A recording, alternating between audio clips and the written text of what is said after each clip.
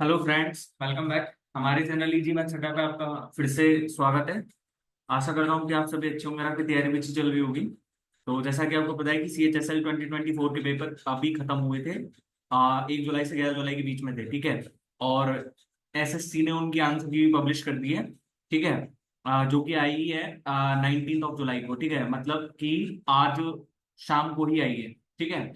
तो आज हम वीडियो रिकॉर्ड कर रहे हैं, और वीडियो रिकॉर्ड करने का मकसद क्या है हमारा कि हम आपको जो क्वांटिटेटिव एप्टीट्यूड, मतलब जो मैथ्स में अच्छे क्वेश्चंस आए हैं उनकी वीडियो प्रोवाइड करें, ठीक है। तो CHSL 2024 के top quant questions with best solution, ये पार्ट फर्स्ट है। तो पार्ट फर्स्ट और पार्ट सेकंड में क्यों बांटा हमने? क्योंकि बहुत बड़ी वीडियो बन जाती इस तरह से। मतलब बेस्ट क्वेश्चन यदि हम देखें SSC CHSL में, तो बाकी पेपर्स की तुलना में इसमें अच्छे क्वेश्चन ज्यादा आए हैं। तो वो पार्ट इसलिए करें क्योंकि एक वीडियो बनाते तो वो बहुत लंबी हो जाती है वो वीडियो। तो हम प्रयास करेंगे कि पार्ट 2 भी जल्द से जल्द लाया जाए। लेकिन अभी तो पार्ट फर्स्ट ही है, और पार्ट फर्स्ट में भी मैं आपसे कह रहा हूँ कि सारे के सारे क्वेश्चंस बहुत अच्छे हैं, गुड क्वेश्चंस इंक्लूडेड ओनली, ठीक है। ठीक है। और हमारी क्या है, जैसे मान लो यदि हम कोई कॉन्सेप्ट भी लगाएंगे तो कैसे लगाएंगे। जैसे हम वहां पे शॉर्टेस्ट अप्रोच भी देखेंगे कि भाई हम इस तरीके से करते हैं तो हमारा टाइम थोड़ा बच सकता था, और उसके साथ साथ आपको कॉन्सेप्ट भी बता देंगे कि भाई आप यदि शॉर्टेस्ट अप्रोच नहीं लगा पा रहे हो और आपको यदि कॉन्सेप्ट पता है बेसिक से, तो आप ऐसे कर सकते हो उस क्वेश्चन को, ठीक है। तो अब विदाउट वेस्टिंग टाइम क्वेश्चंस की तरफ बढ़ रहे हैं, और क्वेश्चंस की तरफ बढ़ने से पहले मैं आपको बता दूं कि हमने बहुत सारी जो है वीडियोस डाल रखी है अपने चैनल इजी मैथ्स अड्डा पे। आपको जस्ट सर्च करना है, और यदि ये वीडियो पसंद आए तो वीडियो को लाइक करना और चैनल को सब्सक्राइब करना बिल्कुल मत भूलिएगा। आप क्वेश्चन फर्स्ट की तरफ बढ़ते हैं, ठीक है। अच्छा, ये भाई देखो इनवर्स ट्रिगोनोमेट्री का क्वेश्चन है, जो कि SSC को अपनी तरफ से नहीं पूछना चाहिए था क्योंकि SSC के सिलेबस में इंक्लूडेड नहीं है। तो भाई मतलब ये क्वेश्चन गलती से पूछ लिया शायद उन्होंने। तो अब भाई आगे से पूछा जाए नहीं है, लेकिन आपको ये क्वेश्चन आना चाहिए ऑब्वियसली, यदि पेपर में दिया हुआ है तो आना चाहिए ना हमारे पास। लेकिन इनवर्स ट्रिगोनोमेट्री के क्वेश्चन नहीं आते क्योंकि ये 11th क्लास का टॉपिक हो जाता है, 11th क्लास से हम पढ़ना स्टार्ट करते हैं इसको, ठीक है। पर जो मैथ्स का स्टूडेंट है वो तो आराम से कर देगा। यहाँ पे मेरे पास कॉस इनवर्स 7/25 और माइनस में कॉस इनवर्स 15/17 है। तो इनवर्स वाले फंक्शन को सॉल्व करने का तरीका क्या रहता है कि इनवर्स वाले फंक्शन को हमें कुछ ना कुछ मानना होता है। जैसे मैंने सपोज करो कि कॉस इनवर्स 7/25 को मैंने मान लिया एक्स, और यहां से मैं कॉस इनवर्स 15/17 को मैं मान लेता हूँ बाई मान लेता हूँ, ठीक है। ठीक है। तो यहां से मैं क्या देख पाया, यहाँ से मैं देख पाया दो चीजें ओनली, कि मेरे पास यहाँ से cos x की वैल्यू कितनी आ जाएगी, cos x की वैल्यू 7/25। और यहाँ से मेरे पास जो है cos y की वैल्यू कितनी आ जाएगी मेरे को 15/17, ठीक है। तो अब यहाँ पे देखो साइन इनवर्स है, कॉट इनवर्स है, टेन इनवर्स है, कॉस इनवर्स है। मतलब मेरे पास तीन ऑप्शंस में देखूं तो मेरे पास यहाँ पे साइन दे रखा है, कॉट दे रखा है, टेन इनवर्स दे रखा है। मतलब मेरे पास यहाँ पे सिर्फ कॉस और कॉस ही है, कॉस एक्स और कॉस वाई है। मतलब मैं यहाँ से क्या निकाल लूं, पहले यहाँ से साइन एक्स कैलकुलेट कर लूं, 7 24 25 ट्रिपलेट होता है यानी कि 24/25। और साइन बाई यदि मैं निकालूंगा तो साइन बाई कितना हो जाएगा, 8 15 17 का ट्रिपलेट होता है ना, तो 8/17, 8/17। अब यहां से कुछ भी तरीके से आप देख पा रहे हो, हमको क्या चाहिए, हमको x माइनस वाई चाहिए। x माइनस वाई मतलब cos inverse x mine sorry cos inverse 7/25 minus में कॉस इनवर्स 15/17, ठीक है। तो मैं x माइनस वाई अब निकालूंगा, उससे अच्छा मान लो मेरे को किसी ट्रिगोनोमेट्रिक फंक्शंस के साथ उसको कोरिलेट कर दूं मैं, तो मेरे पास x माइनस वाई यही इसी की वैल्यू आ जाएगी, मतलब मेरे पास, ठीक है। अब यहाँ पे जैसे ये क्वेश्चन दिया हुआ है तो सर्वप्रथम आप किसकी वैल्यू निकालोगे, आप या तो कॉस एक्स माइनस वाई की निकालोगे या फिर साइन एक्स माइनस वाई की निकालोगे। तो मैंने क्या करा, मैंने सीधा अब यहाँ पे देखो साइन का दिया हुआ है, आप ये कहोगे कि कैसे कैसे है, तो हम मैं पहले निकाल लेते हैं। मान लो मैंने कॉस एक्स माइनस वाई निकाला, तो कॉस एक्स माइनस वाई कितना होता है, cos x into cos y. Cos x into cos y करूंगा तो देखो 15 7 105, 105 अपॉन में 425 plus sine x into sine y, 24 × 190 होता है ना, 24 × 190 अपॉन में 425, यानी कि ये मेरे पास कितना आ गया 297 अपॉन 425। लेकिन ये तो है ही नहीं हमारे पास x माइनस वाई की वैल्यू। x माइनस वाई हमारे पास कॉस इनवर्स कितना आएगा, कॉस इनवर्स 297 अपॉन में 425। तो मतलब ये तो कॉट इनवर्स में कभी जा ही नहीं सकता, हमारे दो ऑप्शन तो पढ़ के देखते ही। तो हमको cos x माइनस वाई नहीं निकालना था, cos x माइनस वाई नहीं निकालना था हमको। हमको क्या चाहिए था, हमको साइन x माइनस वाई चाहिए था। हमको साइन एक्स माइनस वाई चाहिए था, तो साइन एक्स माइनस वाई निकालूंगा मैं।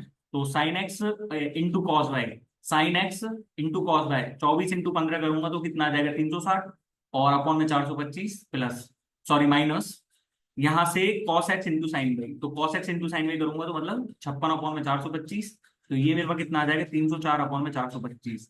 ये मेरे पास किसकी वैल्यू है, साइन x माइनस वाई की। तो x माइनस वाई कितना आ जाएगा यहाँ से, x माइनस वाई कितना आ जाएगा, ऑब्वियसली साइन इनवर्स 304/425। ये सबसे बेस्ट क्वेश्चन था भाई। इनवर्स ट्रिगोनोमेट्री के क्वेश्चन आने तो नहीं चाहिए थे, लेकिन एसएससी ने इंक्लूड कर दिया तो भाई करवाना पड़ा है, और सबसे बेस्ट क्वेश्चन।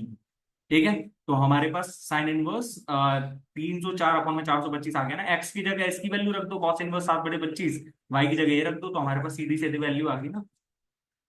दूसरा क्वेश्चन है, Raju has one one 000 11,000 and start saving 5,000 each week towards buying a new laptop. At the same time Ramesh has 60,000 and begins spending 2,000 per week on supplies for his art class. Will there be a week then they have the same when they have same amount of money. मतलब ये कहना क्या चाह रहा है कि मेरे राजू के पास 1,000 रुपए हैं, तो 1,000 रुपए के साथ वो अब 1,000 रुपए के बाद यहाँ से वो 5-5 हजार की मंथली सेविंग करना स्टार्ट कर देता है। लेकिन रमेश के पास 60,000 और वो 60,000 में से 2,000 पर वीक वो दे रहा है।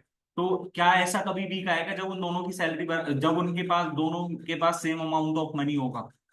ठीक है, तो जैसे पहले मैं यहाँ से गैप निकाल लूँ, गैप यहाँ पे कितने का आ रहा है, गैप मेरे पास 49,000 का आ रहा है। तो मेरे को 49,000 का गैप कहाँ आ सकता है, 49,000 का गैप कहाँ आ सकता है, मतलब मेरे पास जैसे मान लो पहली बार इसने 5,000 बचाया, 5,000 बचाया, और यहाँ पे ये 2,000 बचा रहा है, 2,000 बचा रहा है। तो ये इनमें एक वीक में कितने का गैप आएगा, एक वीक में कितने का गैप आएगा। ये 5,000 सेव कर रहा है, ये 2,000 बचा, ये 2,000 सॉरी ये 5,000 सेव कर रहा है, ये 2,000 कम कर रहा है अपने में से। तो इनमें एक वीक में गैप कितने का आ रहा है, एक वीक में गैप, एक वीक में गैप कितने का आ रहा है, एक वीक में गैप आ रहा है इनके में 7,000 रुपीज का अमाउंट का। तो ऑब्वियसली जब 7,000 रुपीज का है तो 7,000 इंटू में 7 कितना होता है, 49,000 ना। तो यस आफ्टर 7 वीक्स, ये इसने एसएससी ने रॉन्ग आंसर दिया था, एसएससी रॉन्ग आंसर। ठीक है, और ये तो आप वैसे भी कर सकते हो, आफ्टर 7 वीक्स आप यदि चेक करना चाहते हो तो 11,000 है ना, 11,000 के 7 वीक्स बाद उसके पास कितने हो जाएंगे, 11,000 से 7 वीक्स बाद मतलब 35,000 हो गए, 7×5 = 35, तो उसके पास 46,000 हो गए। ठीक है, और यहाँ पे ये पर वीक 2,000 दे रहा है, तो 7 वीक में कितने चले जाएंगे, 14,000, 60 - 14 46, 46 46 हो जाएंगे ना दोनों के पास। ठीक है, मेरे पास 25वां क्वेश्चन है यहाँ से, मतलब किसी शिफ्ट का। इफ tan a प्लस में sin a is equal to x, tan a minus sin a is equal to y, what is the value of x square minus में y स्क्वायर। अब पहले तो थोड़ा मैं मान लो यहाँ से, जैसे मेरे पास x की वैल्यू और y की वैल्यू है। ठीक है, हालांकि मेरे पास दो इक्वेशन है, पर भाई वेरिएबल तो तीन दे रखे हैं, वेरिएबल तो तीन है ना, मतलब एक तो a है, एक मेरे पास x है, एक y है। मैं मान लो कुछ भी मान लेता हूँ, मैंने a की वैल्यू को मान लिया, a की वैल्यू मैंने 45 डिग्री मान ली। ठीक है, तो यहां से x की वैल्यू मेरे पास कितनी आ जाएगी, x की वैल्यू मेरे पास आ जाएगी √2 + 1/√2, और y की वैल्यू मेरे पास कितनी आ जाएगी √2 - 1/√2, क्योंकि ये 1 होता है ना, 1 प्लस में 1/√2 और 1 माइनस में 1/√2। अब यहां से ये मेरे पास कितना है, ये मेरे पास है x माइनस वाई इंटू में x प्लस में y। ठीक है, तो यहां से x माइनस वाई कितना रहेगा, x माइनस वाई कितना रहेगा मेरे पास, देखो x माइनस वाई करो, x minus y, x minus y करूंगा तो मेरे पास कितना आएगा यहाँ से √2, √2 ही तो आएगा, क्योंकि यहाँ से √2 से √2 कट जाएगा, और 1 प्लस में 1 2, 2/√2 2 आ जाए, √2 आ जाएगा। और x प्लस में y कितना रहेगा, 1 से 1 कट जाएगा, √2 इंटू में √2, √2 प्लस में √2 2, √2 और बटे में √2 यानी कि 2। तो मेरे पास 2 √2 आ गया ना। अब 2 √2 आंसर कहाँ आ रहा है वो चेक करना है मेरे को। तो देखो 2 √2 यहाँ से तो आएगा नहीं, क्योंकि √2 माइनस में √2 प्लस में 1, सॉरी मैं यहाँ से एक्स वाई निकाल लूँ, तो एक्स वाई की वैल्यू मेरे पास कितनी आएगी यहाँ से, √2 प्लस में 1, √2 माइनस में 1 1, और 1/2, तो 1/2 आना है, तो 1/√2 बन रहा है, तो मेरे पास 2 √2 चाहिए। ठीक है, 1/2 चाहिए, और ये तो बनेगा ही नहीं क्योंकि मेरे पास x/y है। ये मेरे पास सीधा सीधा सा आंसर बनेगा, तुम देख लो यहाँ पे 1/2 है, और यहाँ पे मेरे पास ये 2 √2 लाना है मेरे को। यहाँ से 1/√2 आ जाएगा, 1/√2 से 4 को डिवाइड कर देंगे तो 2 √2 आंसर है। ये तो मेरे पास हो गया थोड़ा एडवांस तरीका की भाई जिसका दिमाग थोड़ा चलता है। ठीक है, बाकी अब सीधा सीधा क्वेश्चन को करना है, तो सीधा सीधा कैसे होगा, जैसे tan a प्लस में sin a is equals to x है, और tan a माइनस में sin a is equals to y है।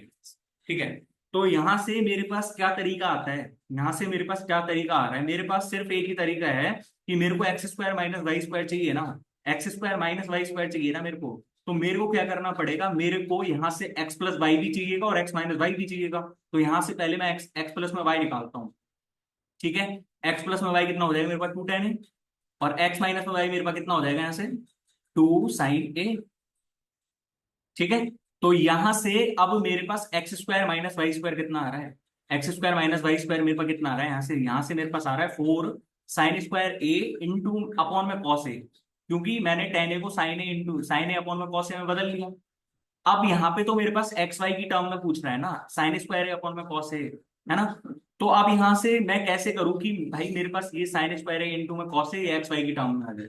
तो यहाँ से सीधी सीधी एक चीज नहीं दिख रही है आपको, यहाँ से यदि मैं एक्स वाई की वैल्यू निकालूंगा तो एक्स वाई की वैल्यू मेरे पास कितनी आएगी, यहाँ से एक्स वाई की वैल्यू कितनी आएगी, टेन स्क्वायर ए माइनस में साइन स्क्वायर है, टेन स्क्वायर ए माइनस में साइन स्क्वायर है, जो कि आप देख सकते हो ये साइन स्क्वायर अपॉन में कॉस स्क्वायर है। ऊपर से यदि मैं साइन स्क्वायर कॉमन लूंगा तो 1 माइनस में कॉस स्क्वायर ए बचेगा, 1 माइनस में कॉस स्क्वायर ए अपॉन में कॉस स्क्वायर ए। ठीक है, तो ये ऊपर क्या बच गया मेरे पास, साइन की पावर 4 a अपॉन में कॉस स्क्वायर ए। अब यहाँ पे देख लो ये मेरे पास स्क्वायर है, ये मेरे पास इसका स्क्वायर ही तो है। जब इसका स्क्वायर एक्स वाई है तो मैं कह सकता हूँ कि ये रूट एक्स वाई तो है मेरे पास, ये रूट एक्स वाई तो लिख रहा है। ठीक है, ये बेसिक वाले ये देख लेना, और यदि थोड़ा सा दिमाग चलता है तो भाई ये लगा लेना। ठीक है, ओके।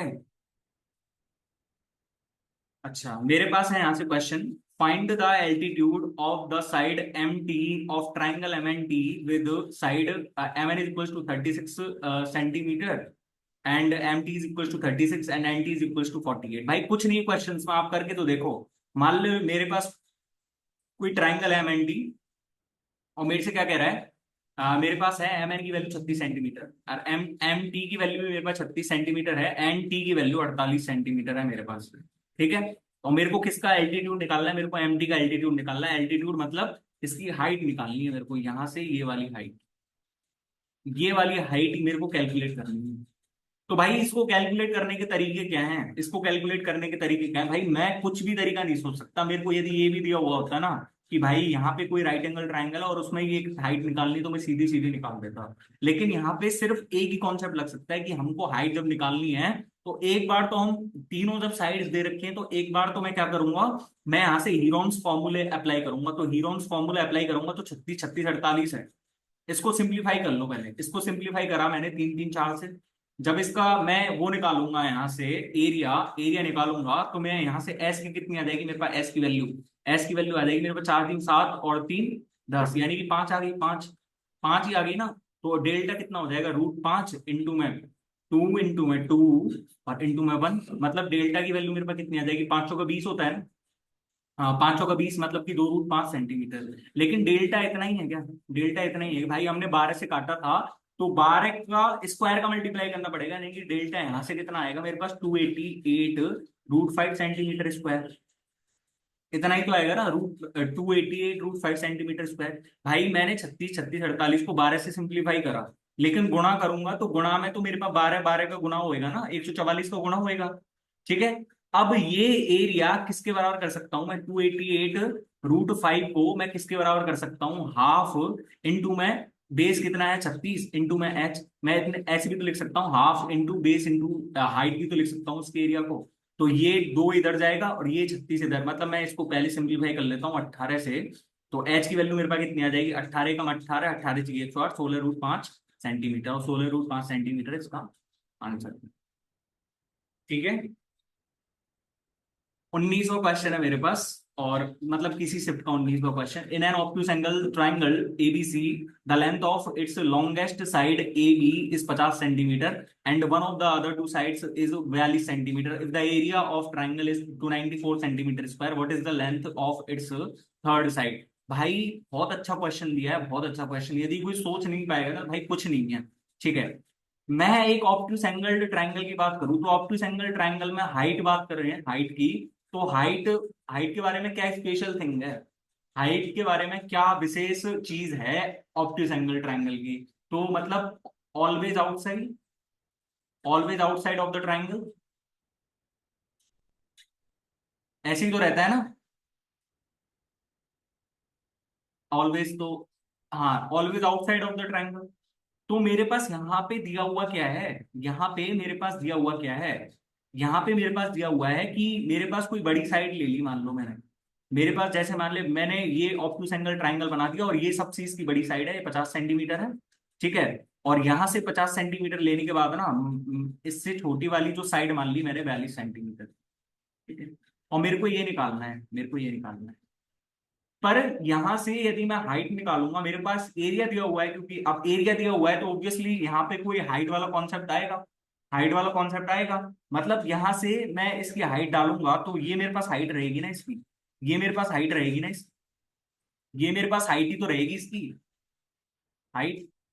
तो जब ये हाइट रहेगी तो मैं यहां से क्या कह सकता हूं, मेरे पास क्या रहेगा, 1/2 बेस, बेस कितना है मेरे पास 42 इंटू में हाइट कितनी रहेगी, हाइट मेरे को निकालनी है एच, इसकी वैल्यू तो मेरे पास 294 सेंटीमीटर स्क्वायर दे रखी है। और 42 सत्ते कितना होता है, 42 सत्ते 294 होता है, यानी कि एच की वैल्यू 14 सेंटीमीटर आ गई, 14 सेंटीमीटर। और अब कुछ ना कुछ दिख रहा होगा आपको, कुछ ना कुछ दिख रहा होगा, जब ऐसे ही 14 सेंटीमीटर आ गई और सीधा सीधा दिख रहा है भाई, अब तो देखो मेरे पास 7, 24, 25 का ट्रिपलेट होता है, लेकिन यहाँ पे ये 14 है, ये 50 है, दुगुना कर दिया। मतलब ये पूरी मेरे पास 48 सेंटीमीटर रहेगी, ये पूरी मेरे पास 48 सेंटीमीटर रहेगी, 7, 24, 25 का दुगुना, जब ये 48 है तो ये 6 सेंटीमीटर, 6 सेंटीमीटर। और ये पाइथागोरस ट्रिपलेट लगाएंगे तो 14 का स्क्वायर 196, और 6 का स्क्वायर कितना हो जाएगा 36, यानी कि 196 प्लस में 36, 196 प्लस में 36 कितना हो जाएगा, √432, और √232, और √232 कितना हो जाएगा मेरे पास, 2√58, क्योंकि यहाँ पे ये कितना है, ये मेरे पास 58 × 4 है, 58 × 4, ठीक है। कितना अच्छा क्वेश्चन था ये। A natural number n divides 732 and leaves 12 as a remainder, how many values of n are possible. भाई कितना अच्छा क्वेश्चन है, दिमाग चाहिए भाई करने के लिए, बिल्कुल दिमाग पूरा कॉन्सेंट्रेट होना चाहिए। मेरे से कह क्या रहा है ये, मेरे से कह रहा है ये कि मेरे पास कोई एन नंबर है, मेरे पास कोई नंबर है एन, और उसको मैंने 732 से डिवाइड करा, एन को, सॉरी 732 को एन से डिवाइड करा, तो मेरे पास रिमाइंडर कितना आ रहा है, रिमाइंडर मेरे पास 12 आ रहा है। तो एन की कितनी वैल्यू पॉसिबल है, तो मैं यहां से क्या कह सकता हूं कि मेरे को एन में किसका भाग जा रहा होगा, सॉरी एन जो किसको डिवाइड कर रहा होगा इसमें, मैं कह सकता हूं ना कि एन 720 को ही डिवाइड कर रहा होगा, तभी तो उसमें 12 रिमाइंडर आया। जब 12 रिमाइंडर आया मतलब 720 से तो एन का भाग जा ही रहा है, 720 में तो एन का भाग जा ही रहा है, मैं ये कह सकता हूं ना। तो मैं यहां से सिर्फ एक चीज देखनी थी कि 720 आ गया, और 720 के कितने मल्टीपल्स होंगे, तो number of multiples, number of इसके कितने मल्टीपल्स होंगे। 720 को मैं क्या लिख सकता हूँ, 720 को मैं लिख सकता हूँ यहां से कितना, 72 × 60, और 72 सॉरी 72 × 10, और 72 × 10 को मैं क्या लिख सकता हूँ, देखो 12 × 6 × 10, ठीक है। 12 को मैं क्या लिख सकता हूँ, 2 का स्क्वायर इंटू 3, यहाँ से 2 × 3, और यहाँ से 2 × 5, ठीक है। तो मेरे पास यहां से कितना आ जाएगा, 2 की पावर 5 इंटू में 3 स्क्वायर इंटू में 5 आ जाएगा, सीधा सीधा, सीधा सीधा, या फिर 144 × 5 लिख दो सीधा सीधा इसको। तो मेरे पास नंबर ऑफ मल्टीपल्स यदि मेरे को निकालने होंगे तो कैसे निकालूंगा मैं, नंबर ऑफ मल्टीपल्स यदि मेरे को निकालने होंगे तो मैं कैसे निकालूंगा, 720 के नंबर ऑफ मल्टीपल्स कितने रहेंगे, 5, और इंटू में 3 इंटू में 2, यही तो रहता है ना, नंबर सिस्टम पढ़ा होगा अच्छे से। नंबर सिस्टम यदि नहीं पढ़ा है अच्छे से तो पढ़ो जाके उसको। मैं इंडिविजुअल तो लिखने से रहा, जैसे 720 के मल्टीपल कितने रहेंगे, 1, 2, 3, सॉरी फैक्टर्स 4, 5, 6, फैक्टर्स निकालने हैं, मतलब नंबर ऑफ फैक्टर्स, ठीक है, नंबर ऑफ फैक्टर्स, ठीक है।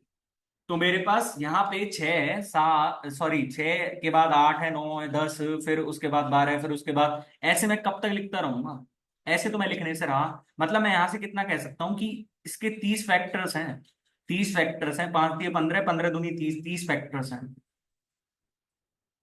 तो मेरे पास एन की वैल्यू कितनी आनी चाहिए थी, 30, लेकिन यहाँ पे एन की वैल्यू तो 30 दे ही नहीं रखी है, आपने सीधा बोला कि क्वेश्चन का आंसर गलत है। पर भाई यूं देखो ये 12 रिमाइंडर बचा रहा है, तो 12 से छोटे जितने भी एन की वैल्यू रहेंगी उनको कंसीडर नहीं करना है। तो कितनी वैल्यूज कंसीडर नहीं करेंगे हम, 1, 2, 3, 1, 2, 3, 4, 5, 6, 7, 8, 9 और 10, 10 वैल्यूज को हमको कंसीडर ही नहीं करना है। जब हम 16 का भाग देंगे, अब 12 से आगे जिस भी संख्या का भाग देंगे 732 में, 720 के मल्टीपल का, 720 के फैक्टर का, तो हम कह सकते हैं कि उसमें रिमाइंडर हमारे पास कितना आएगा, 12। तो एन की वैल्यू, जब 10 वैल्यूज कट गई तो एन की वैल्यू कितनी बची हमारे पास, 20 बची। ठीक है। if tan is equals to a tan b and sin a is equals to b sin b, then find the value of cos square a। और cos square a की वैल्यू देखती है मेरे पास, सीधा ऑप्शंस पे ध्यान गया तो ऑप्शंस पे बड़े अच्छे से दे रखे हैं। तो मेरे पास यहां से a की वैल्यू आ रही है, एक तो tan a अपॉन में tan b, है ना। और एक मेरे पास यहां से वैल्यू आ सकती है b की वैल्यू sin a अपॉन में sin b। ठीक है। तो मैं यहां से क्या कंसीडर करूं, यहां से या तो एक चीज कंसीडर कर लूं मैं, कि ए की वैल्यू को मैंने क्या लिया, 60 लिया, और बी की वैल्यू को मैंने क्या ले लिया, 30 ले लिया। अब कोई सीधा सीधा पूछेगा कि सर आपने यही क्यों चुना, तो मैं वन वन भी चुन सकता था, लेकिन वन वन इसलिए नहीं चुना क्योंकि यहाँ पे जब जैसे मान लो मेरे पास वन बाई रूट टू है, तो वन वन यदि मैं चूज करूंगा, सॉरी, यहाँ से यदि 45 45 यदि मैं चूज कर लेता, तो ए की वैल्यू भी वन, बी की वैल्यू भी वन, और यहाँ से ये वन माइनस वन तो जीरो रहेगा ना, तो मैं 45 तो सजेस्ट नहीं कर सकता। ठीक है। और यहाँ पे ए को 30 मानूं और बी को यदि मैं 60 मानूं, तो मेरे पास ए की वैल्यू तो मेरे पास कितनी आ जाएगी, 1/3 आएगी। लेकिन उसको हमको सिंप्लीफाई करना पड़ेगा ना, उसको हमको सिंप्लीफाई करके कुछ अच्छी वैल्यू बना लेते हैं, फ्रैक्शन में जाने से अच्छा तो कुछ वैल्यू बना लेते हैं। तो मेरे पास ए की वैल्यू यहां से कितनी आ जाएगी, ए की वैल्यू कोई बता सकता है क्या मेरे को,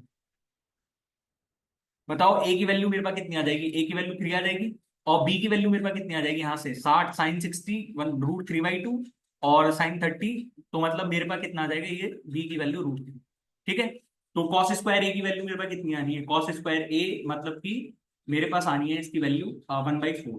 ठीक है। तो 1/4 कौन से ऑप्शन में बन रहा है, 1/4 कौन से ऑप्शन में बन रहा है ये चेक कर लो। 3 का स्क्वायर 9, 9 माइनस में 1 4, 4 अपॉन में 2 नहीं बन रहा। बी का स्क्वायर मतलब कि बी का स्क्वायर 3 माइनस में 1 2, और 2 अपॉन में 4 8, मतलब 1/4 यही बन रहा है। तो हमारे पास ऐसे तो इस ऑप्शन से ही आ गया। लेकिन ये तो उनके लिए है भाई जिनको बेसिक यदि समझ में नहीं आ रहा है, या फिर जो अच्छा दिमाग लगाना जानते हैं कि भाई हम क्वेश्चन को ऐसे भी कर सकते हैं। लेकिन कुछ बेसिक वाले भी तो हैं कि सर बेसिक भी तो बता दो, तो भाई बेसिक भी देख लो थोड़ा थोड़ा सा। मेरे पास यहाँ पे tan a की वैल्यू है, tan a बराबर tan a अपॉन में tan b है मेरे पास। तो मैं यहां से क्या लिख सकता हूँ, मेरे पास यहां से मैं ऐसे भी तो लिख सकता हूँ, साइन अपॉन में साइन बी इंटू में कॉस बी अपॉन में कॉस ए। ये इसी की तो वैल्यू है, यही तो ए है।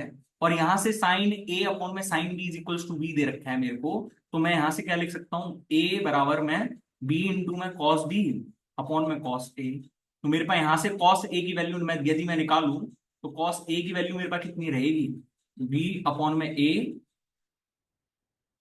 है ना, बी अपॉन में ए इंटू में कॉस बी, ये रहेगी मेरे पास वैल्यू। अब यहां से कोई तरीका दिख रहा है, यहां से कोई तरीका दिख रहा है, मान लो मैं यदि यहां से कॉस स्क्वायर ए की वैल्यू निकाल लूं, मैं यहां से ही यदि कॉस स्क्वायर ए की वैल्यू निकाल लूं, तो मेरे पास कॉस स्क्वायर ए की वैल्यू आनी कितनी है, कॉस स्क्वायर ए की वैल्यू मेरे पास आ जाएगी बी स्क्वायर अपॉन में ए स्क्वायर इंटू में कॉस स्क्वायर बी।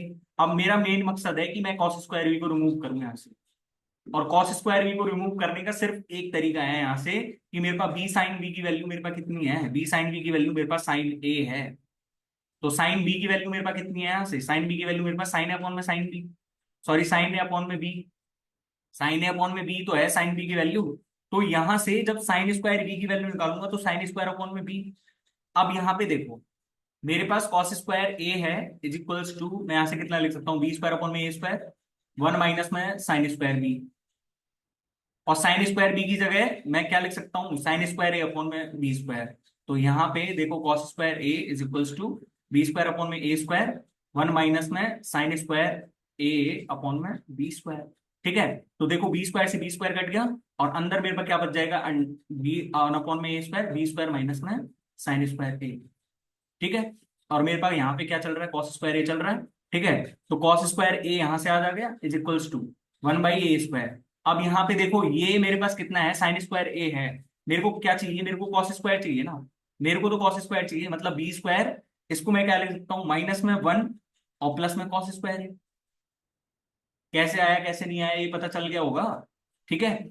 ये मेरे पास ऐसे आ रहा है ना, तो ए स्क्वायर कॉस स्क्वायर ए माइनस में कॉस स्क्वायर ए की वैल्यू मेरे पास कितनी है, बी स्क्वायर माइनस में 1, अब आ गई ना सीधी सीधी वैल्यू, कॉस स्क्वायर कॉमन लो, यहाँ से बी स्क्वायर माइनस में 1 अपॉन में ए स्क्वायर माइनस 1, ऐसे आंसर आ गया। ठीक है। अच्छा मेरे पास है क्वेश्चन यहाँ से क्या, what is the area of a quadrilateral ABCD in which sides AB and BC are equal? Sides AB and CD are lengths 5 and 13 centimetre respectively and side AD is perpendicular to diagonal AC। तो यहां से ये मेरे को 5 है, ये 13 है, ये परपेंडिकुलर, तो ये 12 सेंटीमीटर आ जाएगा मेरे पे AC की वैल्यू, 12 सेंटीमीटर आ गई ना। अब यहाँ पे मेरे पास क्या है, मेरे पास यदि देखो क्वाड्रिलेटरल का एरिया निकालना है तो क्वाड्रिलेटरल का एरिया क्या रह जाएगा, इस ट्राइंगल का एरिया प्लस में इस ट्राइंगल का एरिया, यही तो रहेगा ना, यही तो रहेगा ना। मतलब ये मेरे पास कितना आ गया, एक तो 5 इंटू में 12 अपॉन में 2, मतलब कि इसका तो एरिया मेरे पास आ गया 30।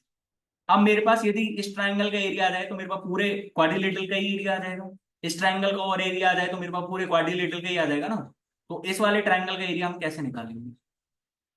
अब भाई ये मत सोच लेना कि ये हमारे पास राइट एंगल है और राइट एंगल से राइट एंगल पे चला गया फिर यहाँ से ये लंब निकाल दोगे, तो भाई ऐसा कुछ नहीं है, यहाँ पे कोई राइट एंगल दिया हुआ ही नहीं है, हमारे पास कोई राइट एंगल नहीं है। ठीक है। तो हमको क्या करना है, हमको सिर्फ एक चीज देखनी है, ये 10 सेंटीमीटर है, ये 10 सेंटीमीटर है और ये परपेंडिकुलर हो गया। तो मेरे को ये बताइए, आपको एक चीज बताइए कि आइसोसेलेस ट्राइंगल है ये मेरे पास, A B C isosceles triangle है, आइसोसेलेस ट्राइंगल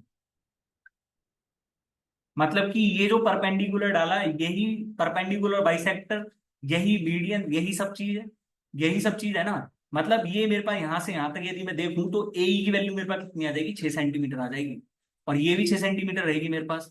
तो 6 8 10 का ट्रिपलेट बन गया ना, सीधा सीधा 6 8 10 का ट्रिपलेट बन गया, मतलब ये मेरे पास कितनी आ जाएगी, 8 सेंटीमीटर। तो 8 6 और 10 मतलब कि 24 प्लस में 24, तो मतलब 30 प्लस में 24 प्लस में 24 मेरे पास 78 सेंटीमीटर स्क्वायर। ठीक है, 30 प्लस में 24 कहां से आया, ये ए बी ई ट्राइंगल है मेरे पास, यदि मैं थोड़ा सा इसको मिटाऊं तो ए बी ई ट्राइंगल है मेरे पास। तो यहां से बी की वैल्यू कितनी आ गई मेरे पास, 8 आ गई। ठीक है। Find the altitude from the vertex Q to side P R of a triangle P Q R with sides P Q is equals to 40 centimetre and P R is equals to 40 centimetre. ठीक है। तो मतलब मेरे पास यहाँ पे देखो P Q आ रहा है, अभी जस्ट ऐसा क्वेश्चन करके आए हैं हम। तो पी क्यू की वैल्यू मेरे पास 40 सेंटीमीटर है, पी आर की वैल्यू मेरे पास 40 सेंटीमीटर है, और क्यू आर की वैल्यू मेरे पास 60 सेंटीमीटर है। ठीक है। और यहां से मेरे को करना क्या है, मेरे को करना है क्या, मेरे को यहां से ये वाला एल्टीट्यूड निकालना है, ये वाला एल्टीट्यूड। तो कैसे निकलेगा, पहले इस वाला का करो, जैसे मेरे पास 40 40 60 है, मैंने इसको 20 से काट लिया, 20 से काट लिया तो 2 2 3 हो गया, मतलब एस की वैल्यू मेरे पास यहां से कितनी आ जाएगी, सेमी पेरीमीटर, सेमी पेरीमीटर। ठीक है, सेमी पेरीमीटर मेरे पास कितना आ जाएगा, यहाँ से 7/2। तो यहाँ से डेल्टा यदि मैं निकालूंगा तो डेल्टा कितना रहेगा, 7/2 इंटू में 7/2 माइनस 2, मतलब कि 3/2 इंटू में 3/2 इंटू में 1/2।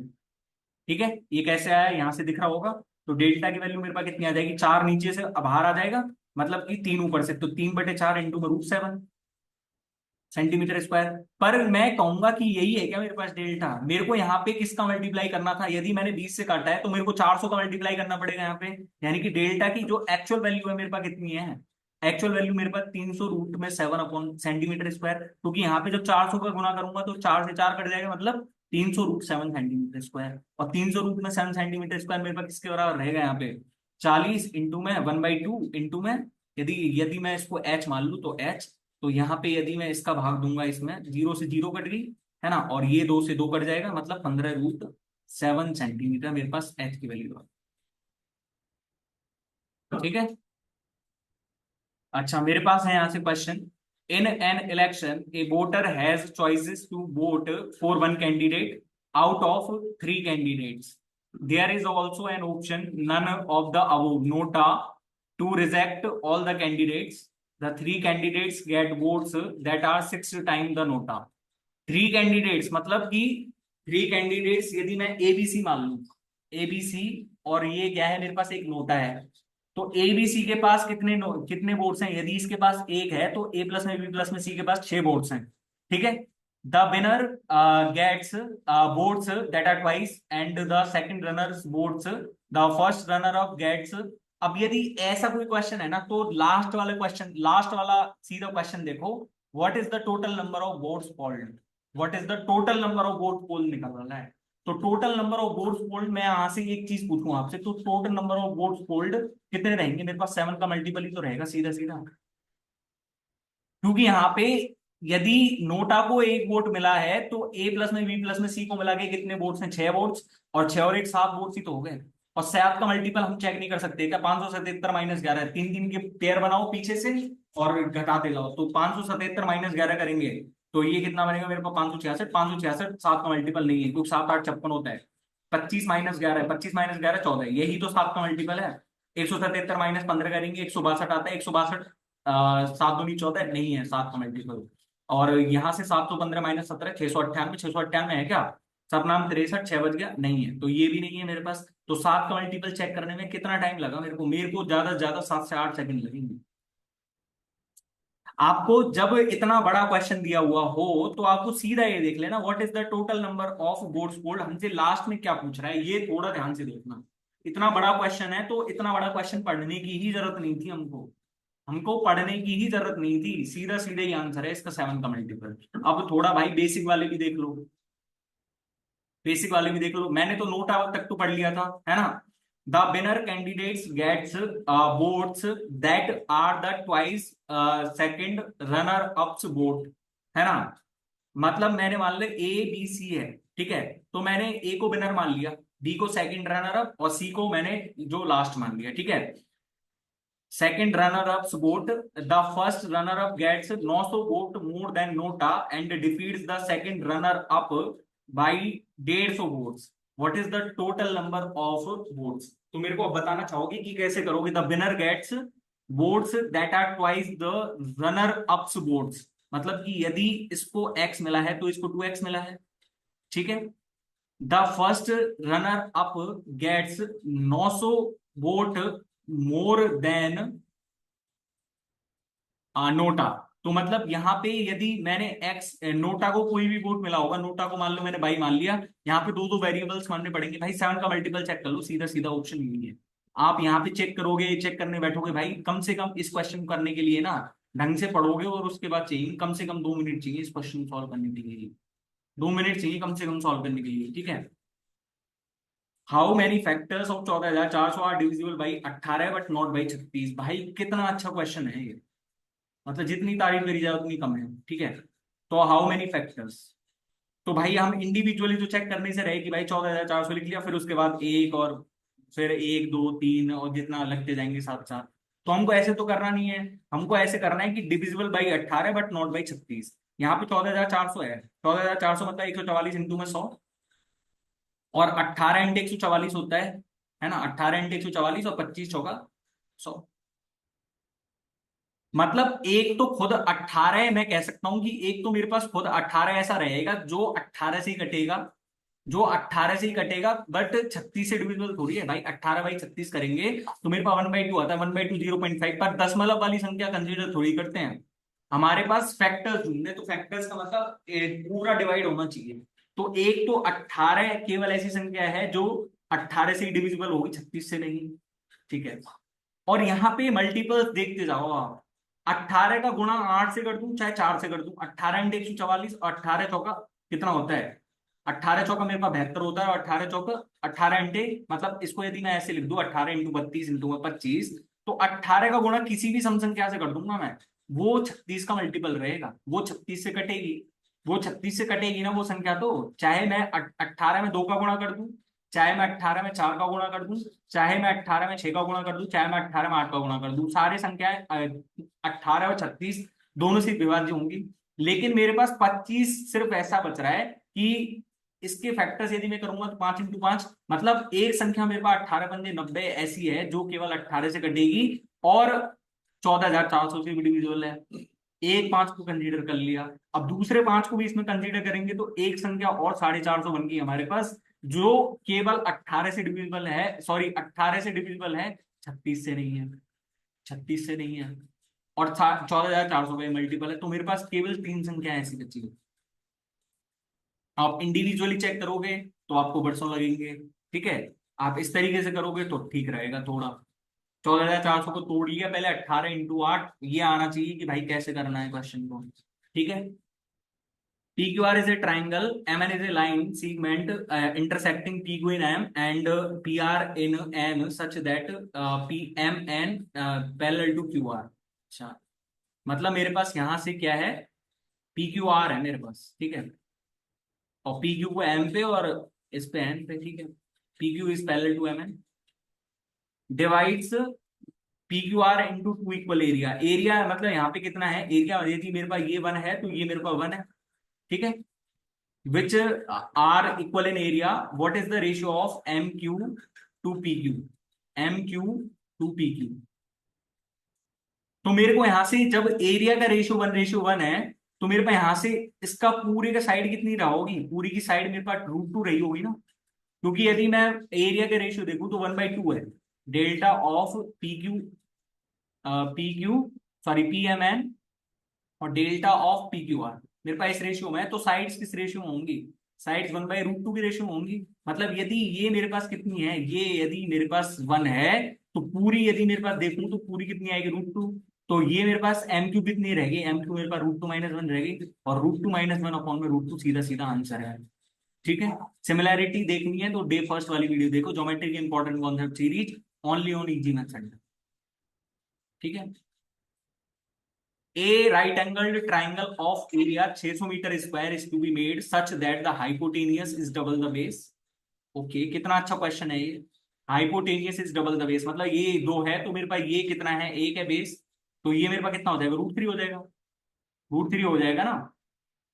अब मेरे पास क्या दे रखा है, for the triangle the hypotenuse is कितना मोर है बेस से, मतलब ये कितना ज्यादा है, तो 1 यूनिट ज्यादा है, मतलब मेरे को 1 यूनिट की वैल्यू चाहिए।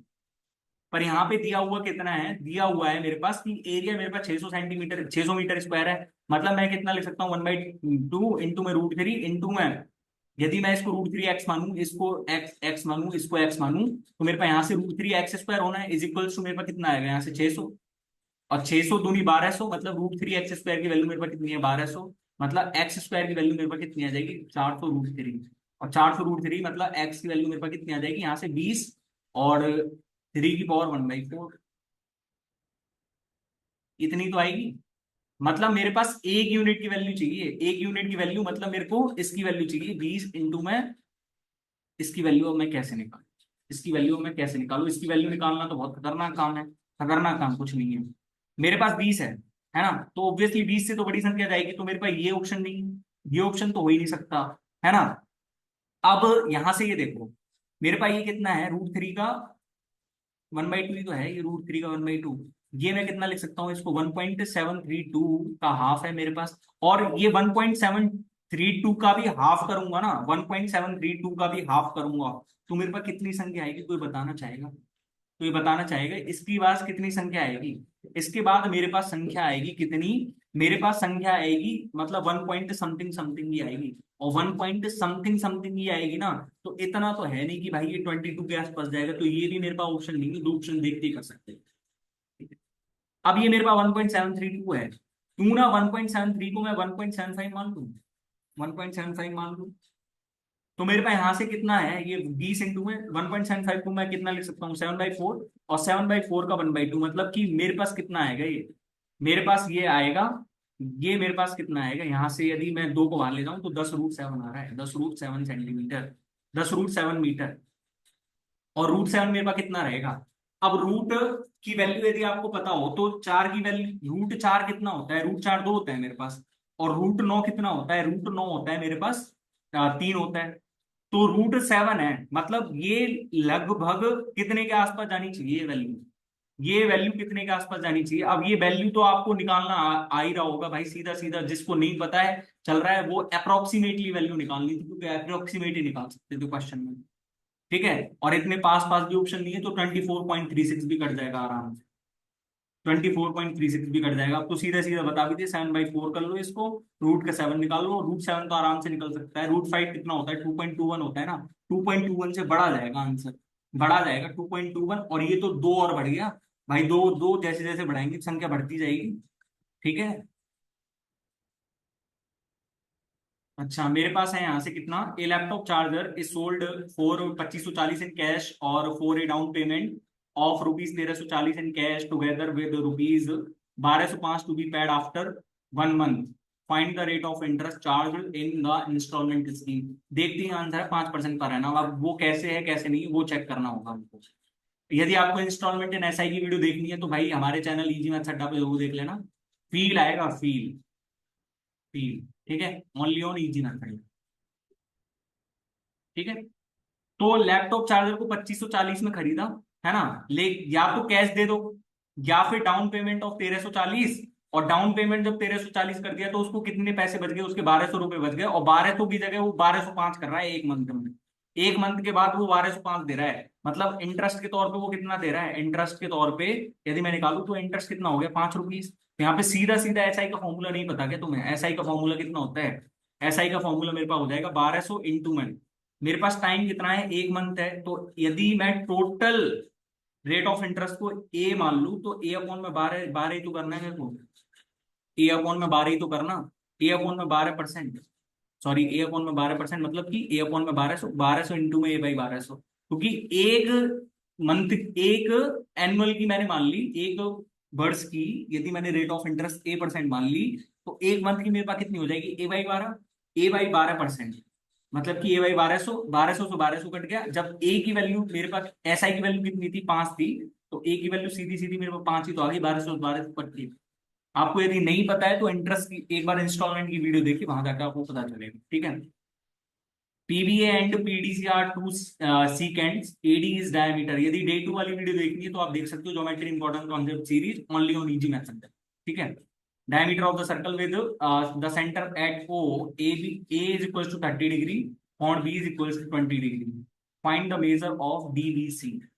मेरे को कौन सा एंगल चाहिए, मेरे को ये वाला एंगल चाहिए, ये वाला, ये वाला। अब ये वाला एंगल कैसे निकले, और इसने तो सारी चीजें दे दी मेरे को।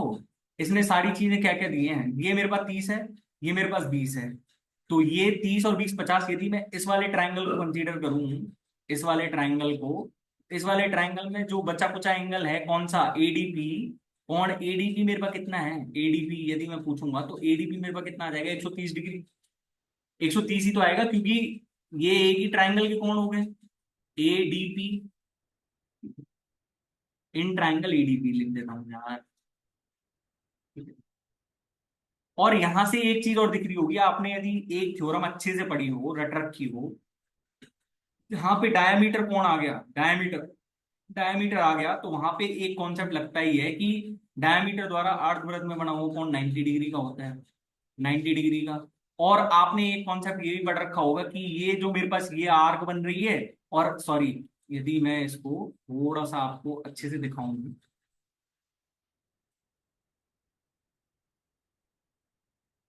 हाँ, आपने एक तो ये कॉन्सेप्ट पढ़ रखा होगा कि यदि देखो ये मेरे पास आर्क है, और इस आर्क द्वारा एक एक जो मतलब जितने भी कोण बनेंगे समान उसमें, तो वो समान ही रहेंगे। मतलब ये एक आर्क द्वारा ये कोण बन रहा है 30 डिग्री का, तो ये भी तो मेरे पास 30 रहेगा, ये भी तो मेरे पास 30 रहेगा।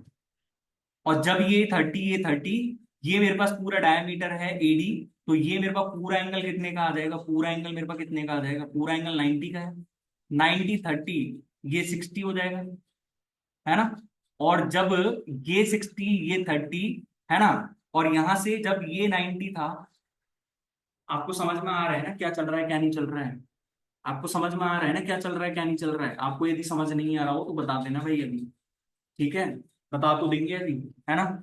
यदि मैं यहां से देखूं तो मेरे पास देखो ये 60 है, तो ये कितना आ जाएगा मेरे पास 70, बचा कुचा एंगल, बचा कुचा एंगल मेरे पास 70 है ना।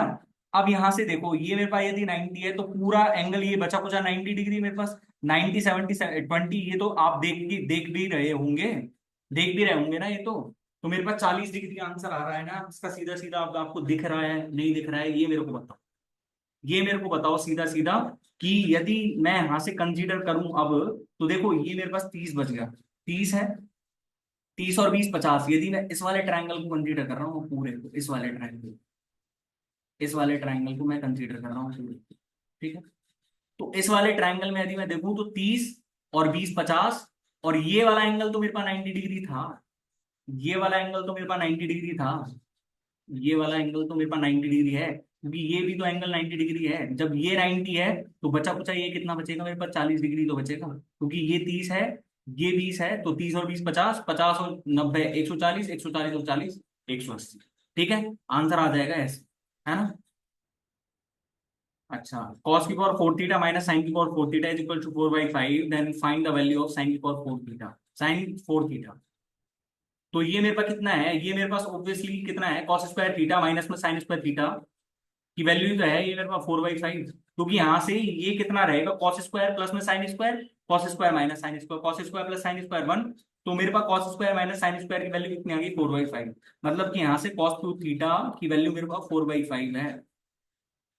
ठीक है, और ये साइन 4 थीटा होता कितना है, 2 sin 2 थीटा इंटू में cos 2 थीटा।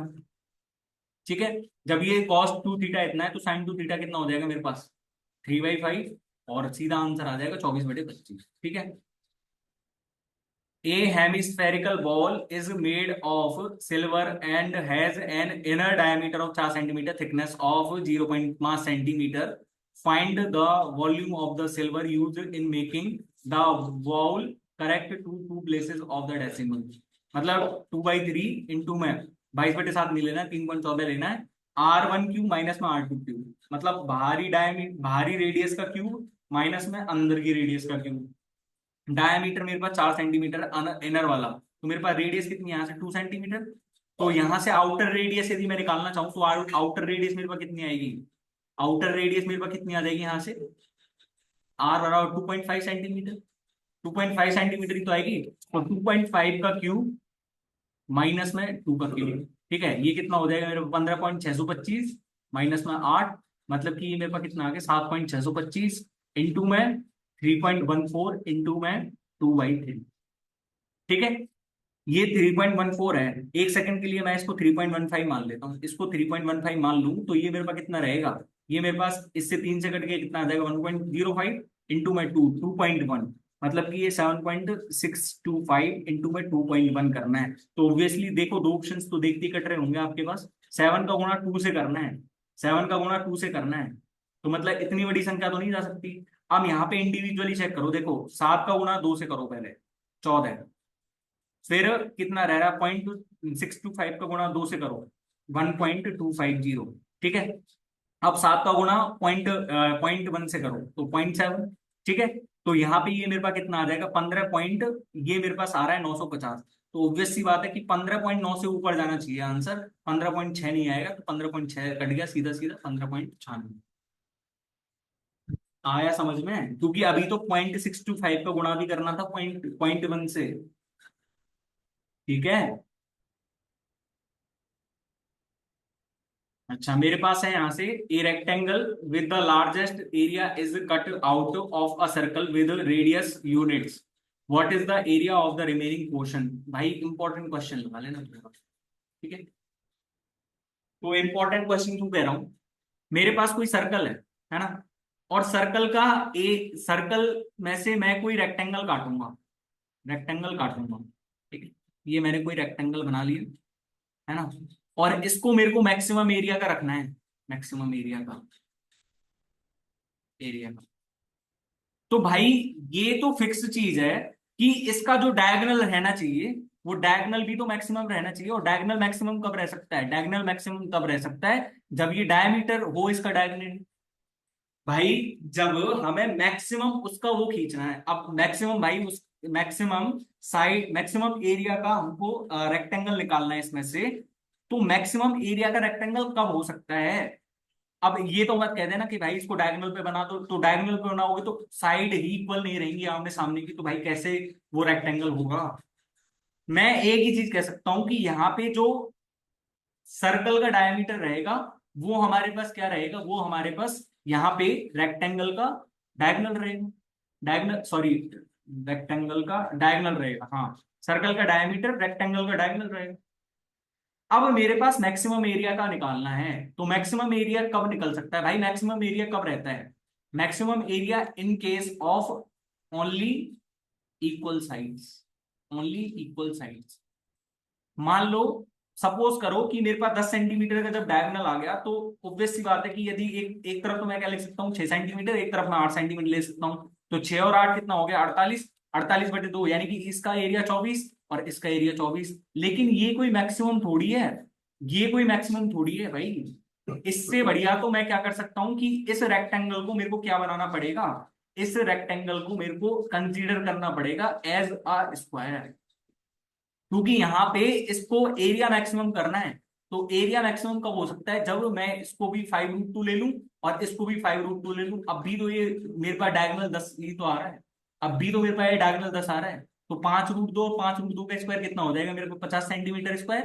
तो यानी कि πr² माइनस में 50 मेरे पास बचे कुछ एंगल का, सॉरी जो बचे कुचा वो है मेरे पास, बचा कुचा जो पोर्शन है ना, जो पोर्शन बच गया है मेरे पास उसका एरिया ये है। तो यानी यहाँ से मेरे पास कितना हो जाएगा, 25 π - 50 और 25 इंटू में π - 2। ठीक है। A costs thrice as much as B, A की बी। ठीक है। तो thrice as much as B, A sold at a loss of 10% and B sold as 5/4 of its own price. मतलब मैंने यदि ए को मैंने 40 मान लिया फॉर माई सिंप्लिसिटी, तो ए को कितना मानूंगा मैं, 120। ठीक है। अब यहाँ पे मेरे पास एसपी निकालनी है, तो एसपी मेरे पास कितनी रहेगी यहां से बताओ। इसको मैं 10% लॉस तो बेच रहा हूँ, 10% लॉस, 10% लॉस मतलब कि 108 में बेच रहा हूँ। और इसको मैं 5/4 में बेचूंगा, तो 5/4 मतलब 50 में बेच रहा हूँ इसको। If the selling price of A is 58 so more than the selling price of B, मतलब कि देखो 58 है और 58 की वैल्यू मेरे को 58 दी हुई है, तो कॉस्ट प्राइस निकालना है हमको ए का। तो कॉस्ट प्राइस ए का कितना हो जाएगा, 12,000। ठीक है। A bucket contains a mixture of milk and water in the proportion of 7:9, 7:5. If 9 liters of milk is replaced by water, 9 liter of milk is replaced by water, then the ratio becomes 7:9. How much milk was there in the bucket initially? अब भाई आप यदि इसमें कोई तरीका नहीं भी लगा पा रहे हो ना, और आपने यदि रेशियो बेसिक से पढ़ रखा है, तो आपको ये चीज समझ में आ जानी चाहिए कि मेरे पास पहले बकेट में मिल्क और वाटर किस रेशियो में था, 5x, 7x इंटू 5x कर लेता हूँ, 7x/5x। ठीक है। अब 7x में से मैंने कितना निकाल दिया, 7x में से मैंने 9 लीटर वाटर निकाल दिया है, और उसकी जगह मैंने 9 लीटर वाटर को मिला दिया है, तो उनका रेशियो कितना हो गया, 7:9। 7:9 यही तो कह रहे हैं ना ये, यही तो कह रहे हैं। तो मेरे पास कितना आ जाएगा यहाँ से, 63x की वैल्यू, 63x माइनस में 81, इसकी वैल्यू मेरे पास कितनी आ जाएगी, 35x प्लस में 63। ठीक है। मतलब कि मेरे पास कितना आ जाएगा यहाँ से, ये आ जाएगा मेरे पास 28x की वैल्यू, मेरे पास कितनी आ जाएगी यहाँ से, 144। मतलब x की वैल्यू 144/28 लीटर। ठीक है। तो x की वैल्यू यहाँ से कितनी हो जाएगी, 7। मतलब मिल्क की वैल्यू मेरे पास कितनी हो जाएगी यहाँ से, मिल्क की वैल्यू 144/28 इंटू में 7, मतलब कि 36 लीटर आंसर रखती है। ठीक है। What alpha is equals to p/q, then find the value of p cos alpha minus में q cos alpha, q sin alpha, p cos alpha plus में q sin alpha। इस क्वेश्चन को सही तरीके से बेसिक से कर रहे हैं या फिर कैसे भी एडवांस तरीका, हमको सीधा सीधा कॉट अल्फा दिया हुआ है, तो कॉट अल्फा बना लो ऊपर। मैं ऊपर और नीचे साइन अल्फा से डिवाइड कर रहा हूँ, साइन अल्फा से डिवाइड कर रहा हूँ। तो साइन अल्फा से डिवाइड करूंगा तो मेरे पास कितना बचेगा, पी कॉट अल्फा माइनस में 1, sorry P cot alpha minus Q upon में पी कॉट अल्फा प्लस में क्यू, और माइनस में पी स्क्वायर माइनस में क्यू स्क्वायर अपॉन में पी स्क्वायर प्लस में क्यू स्क्वायर और प्लस में 3। ठीक है। अब ये यहाँ पे p अपॉन क्यू है, तो ये मेरे पास क्या बन जाएगा, पी स्क्वायर अपॉन में क्यू स्क्वायर अपॉन में क्यू, और पी स्क्वायर प्लस में क्यू स्क्वायर अपॉन में क्यू, प्लस में P square, sorry minus minus minus P square minus में क्यू स्क्वायर, और अपॉन में पी स्क्वायर प्लस में क्यू स्क्वायर और प्लस में 3। ये से ये कट जाएगा तो 3 आंसर आ जाएगा सीधे सीधे। ठीक है। Find the length of the sides of a triangle if its angles are in the ratio 2, 4, 6 and its circumradius is 12 centimetre. तो कितना है, मतलब ये मेरे पास 2 और 4 कितना होता है, 6, 6 और 6 12, 12 की वैल्यू 180, मतलब कि एक की वैल्यू 15 है, 6 की वैल्यू 90 है। मतलब ये मेरे पास कितना है, ये मेरे पास राइट एंगल ट्राइंगल है, राइट एंगल। और जब राइट एंगल ट्राइंगल की मेरे पास सरकम रेडियस इतनी दे रखी है, तो ये हाइपोटेनियस बाई 2 होती है ना, हाइपोटेनियस बाई 2। और इसमें तो सीधा सीधा 24 सेंटीमीटर एक ही ऑप्शन में दे रखा था, सीधा सीधा 24 सेंटीमीटर एक ही ऑप्शन में दे रखा है हाइपोटेनियस। आपको देखने की भी जरूरत नहीं थी, आप कैलकुलेट करने बैठो तो सबसे बड़े बेवकूफ थे। ठीक है। अच्छा मेरे पास है यहाँ से question, in a triangle P Q R, R S intersects P Q at S. अच्छा पी क्यू एट एस, मेरे पास यहाँ से पी, सॉरी आर मान लेता हूँ इसको, पी और क्यू। ठीक है, एस इंटरसेक्ट कर रहा है यहाँ पे। क्यू आर की वैल्यू मेरे पास कितनी है, क्यू आर की वैल्यू 36 सेंटीमीटर है मेरे पास, है ना। एस क्यू की वैल्यू मेरे पास 27 सेंटीमीटर है, और आर एस की वैल्यू मेरे पास 18 सेंटीमीटर है। ठीक है, क्यू आर एस मेरे पास क्यू पी आर के बराबर है। ठीक है, what is the ratio of perimeter of P R S और क्यू आर एस। ठीक है, मतलब मेरे को दोनों ट्राइंगल्स का, जो ये वाले ट्राइंगल, ये पी आर एस और एस आर क्यू का मेरे को पेरीमीटर चाहिए। अब ये तो मैंने कितनी कराए हैं, मतलब प्रैक्टिस शीट में या फिर जो भी मैंने प्रैक्टिस कराई थी डे वन वाली practice, geometry important concept series की, उसमें जाने कितने लिए हैं ऐसे क्वेश्चंस। ये वाला एंगल मेरे पास इसके बराबर है, और ये वाला एंगल दोनों में कॉमन है, मतलब यदि मैं पी क्यू आर को कंसीडर करूं और इसको कंसीडर करूं, तो मैं यहां से एक चीज नहीं ले सकता, ट्राइंगल पी क्यू आर। अब पी किसके बराबर है मेरे पास, पी किसके बराबर है मेरे पास, पी आर के बराबर है, क्यू क्यू के बराबर है। जब दो ट्राइंगल्स के दो एंगल्स बराबर हो जाएंगे, तो तीसरा एंगल ये इसके बराबर ही तो रहेगा, तो एस मेरे पास आर के बराबर रहेगा। मतलब मैं यहां से कितना लिख सकता हूँ, पी क्यू अपॉन में R Q is equals to Q R upon में Q S is equals to P R upon में आर एस। ठीक है, ठीक है। अब यहां से पहले मेरा मकसद क्या निकालना है, पहले मेरा मकसद निकालूंगा मैं ये पी एस। तो यहां से पी एस कैसे निकल सकता है, पी एस एक चीज से निकल सकता है, यदि मैं पी क्यू की वैल्यू निकाल दूं। तो पी क्यू की वैल्यू मेरे पास कितनी आ रही है, यदि दो को मैं करूं तो पी क्यू की वैल्यू मेरे पास कितनी आ जाएगी, यहाँ से क्यू आर स्क्वायर अपॉन में क्यू एस। मतलब कि पी क्यू की वैल्यू मेरे पास कितनी है, क्यू आर स्क्वायर 36 × 36, और क्यू एस मेरे पास कितनी है 27 है। मतलब कि पी क्यू की वैल्यू मेरे पास कितनी आ जाएगी, देखो ये 9 × 36 और 9 × 27, और यहाँ से 3 से 12 है, मतलब कि 48 सेंटीमीटर आ गया। पी क्यू की वैल्यू 48 है, तो 27 21 सेंटीमीटर आ जाएगी इसकी। ठीक है, ये 21 सेंटीमीटर आ गई। अब मेरा मकसद क्या निकालना है, मेरा मकसद है पी आर को निकालना, पी आर को निकालना है। तो मेरे पास सारी चीजें तो दे रखी हैं, यहां से यदि मैं पी आर की वैल्यू निकालूंगा, तो क्यू आर अपॉन में क्यू एस 27 इंटू में आर एस की वैल्यू मेरे पास कितनी है 18। ठीक है, तो 18 थी 9 × 27 और 9 × 2 = 18, मतलब पी आर की वैल्यू मेरे पास कितनी आ जाएगी यहाँ से 24 सेंटीमीटर। ठीक है, ये 24 सेंटीमीटर है।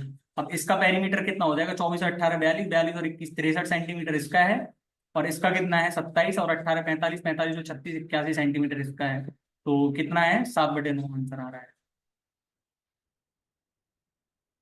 F P is equals to sine P plus में 2x कॉस की पावर पी प्लस में 2x, then the value of, अब जितना मैं लिख रहा हूं ना उतना ही लिखना है आपको भी।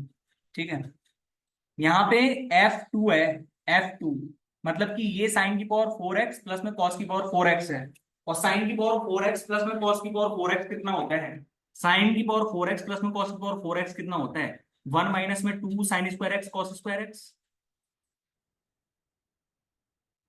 -4। अब ये F4 है, मतलब कि यहाँ पे 4 जमाऊंगा मैं, तो साइन की पावर 6x प्लस में कॉस की पावर 6x, इसको मैं क्या लिख सकता हूँ 1 minus 3 sign square x cos square x. भाई साइन की पावर 6x प्लस में कॉस की पावर 6x कितना रहता है, 1 माइनस में 3 sign square x cos square x. अब ये मत कहना रट क्या है, ठीक है। साइन की पावर 6x प्लस में कॉस की पावर 6x को खोलेंगे तो साइन स्क्वायर प्लस में कॉस स्क्वायर, और कोष्टक में साइन की पावर 4 प्लस में कॉस की पावर 4 माइनस में sine square x cos square x. Sine की पावर 4 कॉस की पावर 4 को क्या लिख सकता हूँ 1 माइनस 2 साइन की पावर साइन की स्क्वायर कॉस स्क्वायर, और 1 minus 3 sign square cos square, ऐसे बन जाएगा। ठीक है, और यहाँ पे मेरे पास जीरो ही जमाना है, तो जीरो जमाऊंगा तो साइन स्क्वायर प्लस में कॉस स्क्वायर, मतलब कि प्लस में 10 और इंटू में 1। आपको इतना ही लिखना था बस, आपको इतना ही दिमाग लगाना था बस इसमें। तो मेरे पास देखो 6 माइनस में 12 sign square x cos square x, और यहाँ से प्लस में 12 square cos square 12 sign square cos square, तो मतलब ये कट जाएगा, तो 6 माइनस 4 प्लस में 10, मतलब कि सीधा सीधा आंसर 12 आ रहा है। ये आपको भाई खुद से करना है, ये क्वेश्चन ऐसे ही ले लिया था। ठीक है, आप कमेंट बताना इसको कैसे करना है। Ramesh sells an article for 34,440 after allowing and 18% discount on the market price and still manages to gain 40% profit. If Ramesh sold the article at 12% discount on the market price, then what will be his profit percent correct to 1 decimal place, correct to 2 decimal place. हमको इसकी कोई जरूरत ही नहीं है इसमें, हमको इसकी कोई जरूरत नहीं है इसमें। क्यों? क्योंकि हमको यहाँ पे मार्केट प्राइस पे डिस्काउंट के बाद उसका प्रॉफिट दिया हुआ है, तो मैं यहाँ से सीधा सीपी अपॉन में एमपी नहीं लिख सकता क्या? सीपी अपॉन में MP is equal to 100 minus में डी अपॉन में 100 प्लस में पी, ऐसे ही तो रहता है। तो यहाँ से 100 minus D upon 100 plus P करूंगा तो 42 अपॉन में 140। ठीक है, तो सीपी अपॉन में एमपी ये आ गया, है ना। अब यहां से 140 पे मेरे को 12% का डिस्काउंट देगा इस पे, तो 12% का डिस्काउंट यानी कि यदि ये 10% का देता तो 14 का हो जाता, और 14 का हमको 2% और निकालना है, तो हम 140 का 2% निकालेंगे, 140 का 10% 14, और 14 का 5 में डिवाइड कर देते हैं, 14 को 5 से डिवाइड करेंगे तो 2.8। मतलब कि ये कितने का डिस्काउंट दे रहा है, इस पे कितने का डिस्काउंट दे रहा है, ये दे रहा है 16.8 का डिस्काउंट, और 16.8 के डिस्काउंट के बाद वो कितनी की बढ़ गई, 123.2 की बढ़ गई, 123.2 की बढ़ गई। अब उसको 82 पे कितने का फायदा हो रहा है, 41.2 का। यदि 41 का हुआ होता तो 50%, 50% से थोड़ा सा ऊपर जाएगा, एक ही संख्या तो दे रखी है, एक ही संख्या तो दे रखी है। एफ साइन एक्स माइनस में Y is equals to sine X cos Y minus में cos X sine Y, then sine A minus में बी। अब आपको कैसे लिखना है, देखो यहाँ पे साइन ए माइनस में बी अपॉन में कॉस ए इंटू में कॉस बी है, मन मन में लिखो, यहां से खोल गए तो साइन ए इंटू में कॉस बी माइनस में कॉस ए इंटू में साइन बी। तो यहां से यदि मैं सीधा सीधा इसको सॉल्व करके लिखूंगा तो इसको सॉल्व करने में मेरे पास क्या आएगा, आपको ऐसे ही करना है क्वेश्चन भाई, आपको ऐसे ही टाइम बचेगा, एक एक स्टेप काट के लिखोगे ना तब काम चलेगा। टेन ए, और पीछे से क्या कट जाएगा मेरे पास, पीछे से मेरे पास कट जाएगा कॉस ए, यानी कि टेन ए माइनस में टेन बी। ऐसे ही इसको करो, यहां से पहले वाले में साइन बी अपॉन में कॉस बी आ जाएगा, तो मतलब टेन बी, और यहां से फिर माइनस माइनस माइनस प्लस हो जाएगा, मतलब प्लस टेन सी। ठीक है, तो हमारे पास क्या बचेगा, टेन ए प्लस में टेन सी। ठीक है, और टेन ए प्लस में टेन सी कितना हो जाएगा, ये प्लस था या माइनस था, ये प्लस था शायद, है ना, ये प्लस था,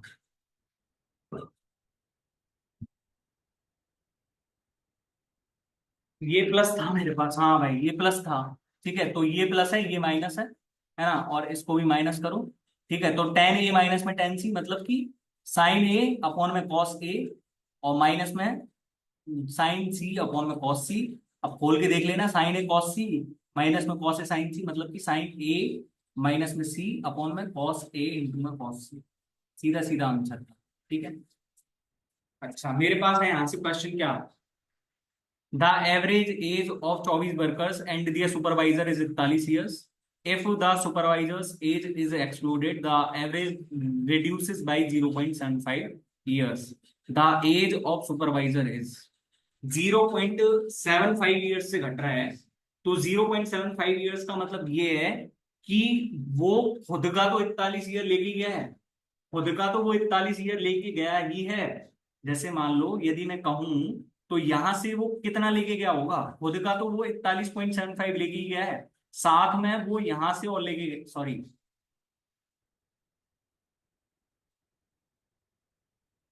हाँ 24 वर्कर्स एंड देयर सुपरवाइजर्स, ठीक है, मतलब वो खुद का तो 41 लेके गया ही है।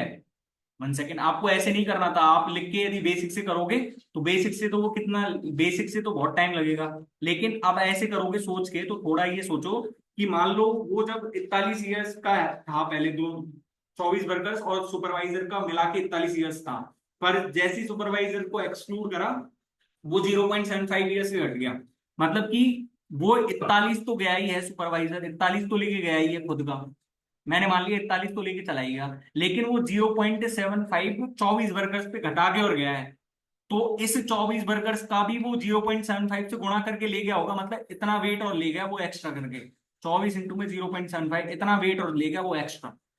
तो मैं यहां से कितना कह सकता हूँ, ये कितना है 24 इंटू में 3/4, मतलब कि वो 18 वेट और लेके गया, तो उसका वेट कितना हो जाएगा, 69 ईयर्स ही तो आंसर है। 69 तो आंसर है। ये तो थॉट प्रोसेस वालों के लिए है कि जिनकी अच्छी सोच है, जिनकी मतलब जो सोचने की क्षमता रखते हैं उनके लिए है। अब भाई बेसिक वाले भी इधर आ जाओ, बेसिक वाले भी। मेरे पास 24 और एक 25, मतलब कि पहले उनका वेट कितना था, पहले उनका टोटल वेट था 41 इंटू में 25, है ना। लेकिन अब जैसे ही एक्सक्लूड करा तो 0.75 से घट गया ना, 0.75 से घट गया। मतलब कि ये मेरे पास अब कितना रह जाएगा, 40.25। अब ये मेरे पास कितने का रहेगा, 24 का ही रहेगा ना, 24 का ही तो रहेगा अब ये मेरे पास। तो 40 से करूंगा पहले गुणा, तो कितना आएगा 1960, और प्लस में 6, क्योंकि 1/4 ही तो रहेगा ये। 24 चौक 96 होता है यार। ठीक है, तो मेरे पास 966 यहाँ से आ गया, और यहाँ से 25 से कम 25, दो, 25 चौका 100, 1025, 1025 माइनस में 966 कर दो, 34 और 25 29 आ जाएगा। बेसिक वालों के लिए ये होता है, ठीक है। A B is parallel to D C in a trapezium A B C D. अच्छा, मेरे पास ट्रेपेजियम है कोई, और A B greater than D C. अच्छा, A B greater than D C, A B C D, A C and B D intersect at O, A C and B D intersect at O. ठीक है, 3x minus में 15 दे रखा है ये मेरे पास कितना दे रखा है, ये मेरे पास है x प्लस में 9। ये ओ सी है मेरे पास x-5, और ओ डी मेरे पास है 5 centimetre. And x has to values x1 and x2, x1 का स्क्वायर प्लस में x2 का स्क्वायर। आप यदि डे फर्स्ट वाली वीडियो देखोगे तो उसमें ट्रेपेजियम के सारे कॉन्सेप्ट बहुत अच्छे से एक्सप्लेन करेंगे, आप देख सकते हो, ठीक है। मेरे पास यहाँ पे ऐसी कोई वैल्यूज दी हुई है, ये इसके पैरेलल है, तो ऑब्वियसली मैं कह सकता हूँ कि ये एंगल इसके बराबर, एकांतर अल्टरनेट एंगल्स, और ये एंगल इसके बराबर, और ये शीर्षा में कौन वर्टिकली अपोजिट एंगल। तो मैं यहाँ से कितना लिख सकता हूँ, डी ट्राइंगल डी सी ओ किसके सिमिलर हो जाएगा, ट्राइंगल डी की वैल्यू किसके बराबर है, बी के बराबर, और सी किसके बराबर है, ए के बराबर, ओ तो ओ के बराबर है ही। ठीक है, तो मैं यहां से क्या लिख सकता हूँ, डी सी अपॉन में B A is equals to C O upon में A O is equals to, मेरे पास यहां से कितना आ जाएगा, डी ओ अपॉन में बी ओ। ठीक है, तो अब सी ओ अपॉन में ए ओ, पहले सी ओ कितना है, सी ओ है मेरे पास x-5, और यहाँ से ए ओ मेरे पास कितना है, ए ओ मेरे पास है 3x-15 is equals to D O की वैल्यू 5, और बी ओ की वैल्यू x प्लस में 9। ठीक है, तो देखो x² प्लस में 4x माइनस में 45 की वैल्यू मेरे पास कितनी आ जाएगी, यहाँ से 15x माइनस में 75।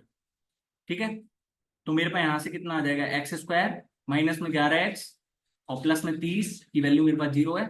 मतलब कि x की वैल्यू 1 तो 6 आ गई, x की वैल्यू 1 5 आ गई। ठीक है, x1 x2 मान लू मैं इनको, x माइनस ये देखो 6 इंटू 5 ही तो होता है, 6 इंटू 5 30 होता है, और गुणा जोड़ने पे 11 आ रहा है, तो मतलब कि 61 आंसर आ गया। ठीक है, अच्छा। तो ये भाई दोबारा लिया गया है, रिपीटेड रिपीटेड क्वेश्चन है ये, फर्स्ट क्वेश्चन ही इंक्लूड करा था ये तो।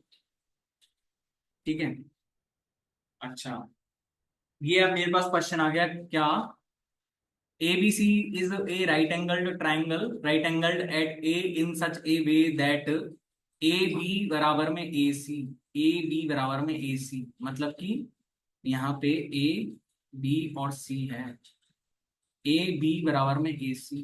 ठीक है, AC एट, अच्छा, B का वाई सेक्टर AC को D पे वाई सेक्ट करता है, ठीक है, सॉरी D पे काटता है।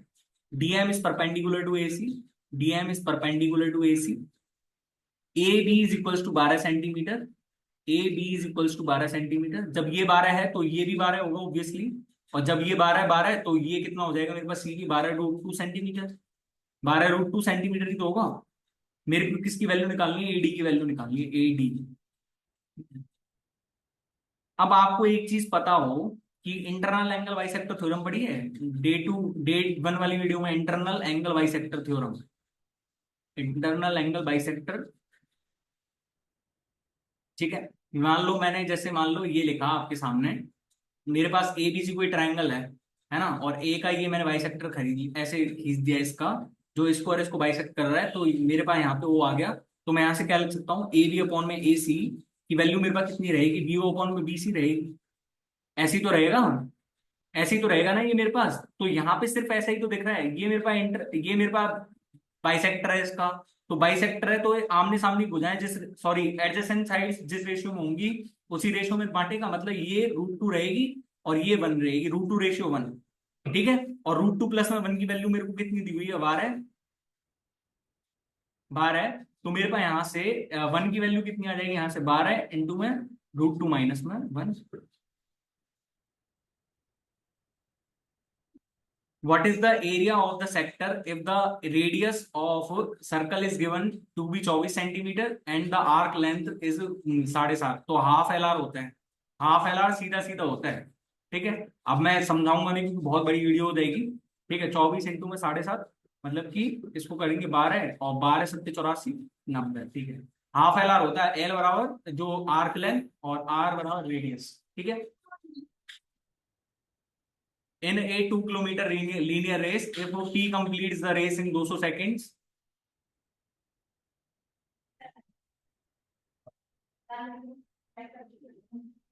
and Q in 220 seconds then the distance by which P beats Q।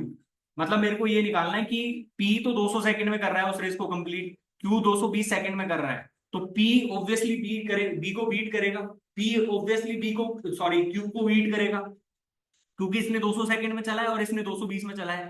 तो मैं ऐसे निकाल लेता हूं कि पी ने जब 200 सेकंड में चला है तो ये 220 सेकंड में कितना चलेगा, ये 200 क्यू 200 सेकंड में कितना चलेगा, मतलब यदि क्यू 220 सेकंड ले रहा है तो ये क्यू 200 सेकंड में कितना चलेगा, 2000 अपॉन में 220 इंटू में 200, इतना ही तो चलेगा ये। तो ये 0 0 कट गया, 10 और 11 मतलब कि 20,000 अपॉन में 11। ठीक है, और 20,000 अपॉन में 11 कितना हो जाएगा, 11 का 11 9 0, 11 8 88 2 0, 11 एकम 11। ठीक है, 9 0 और 11 8 88, तो 1818 इस टू सही 2/11। तो मतलब कितने से आ रहा है उसको, 181 अपॉन में सॉरी यार थोड़ा सा अब तो ज्यादा क्वेश्चन होंगे ना इसमें, खींचते खींचते है ना। A battery manufacturer manufactures 5 different types of batteries. The total revenue for the year, ठीक है, and units. The distribution of ये तो मत पढ़ो, ठीक है। Which type of battery provides the highest revenue per unit of export? मतलब कि रेवेन्यू अपॉन में एक्सपोर्ट निकालना है मेरे को रेवेन्यू अपॉन में एक्सपोर्ट निकालना है। ठीक है, तो चेक इंडिविजुअली करना पड़ेगा भाई, ये तो इंडिविजुअली चेक करना पड़ेगा, है ना, चेक इंडिविजुअली और खुद से ही हो जाएगा फिर तो क्वेश्चन। ठीक है,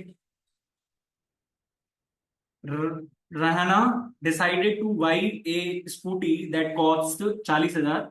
the shopkeeper agreed to sell the scooty under the condition of 25,000 cash down payment of और 4,000 ईच मंथ फॉर 4 months।